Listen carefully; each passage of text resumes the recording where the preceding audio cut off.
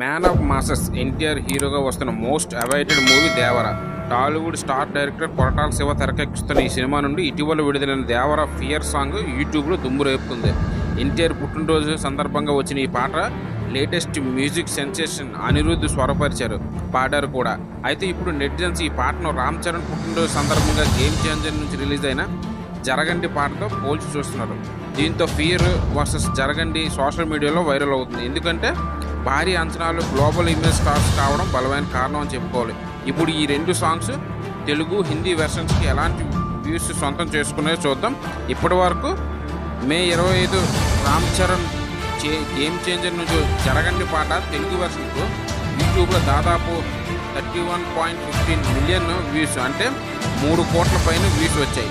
అయితే ఎన్టీఆర్ దేవర మూవీ నుండి వచ్చిన ఫియర్ సాంగ్ తెలుగు వెర్షన్కు కేవలం 5 రోజుల్లోనే 3